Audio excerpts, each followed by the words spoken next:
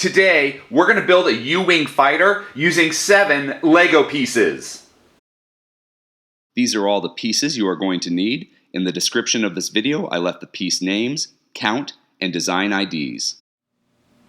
We're going to start with 2 1x1 plates with ring. And what I want to do is I'm using this blue and white to kind of create the color pattern in the show. But I'm going to take the blue 1x1 plate with ring and put it on top of the white because I want the white to be lower. Now, the white ring is where we're going to be putting our engines. And to create those 4 engines of a U-Wing, I'm going to grab 2 minifigure binocular pieces. I'm just going to put those binoculars on each end of the white ring to create the back engines of the U-Wing. And now, on top of that blue 1x1 plate stud, I'm going to put the canopy or cockpit for our pilot to sit in. Now, I'm using a black 1x1 extended half circle piece, but they just started making this in translucent black. And I mean, if you have that, great, but I don't, so I'm using black.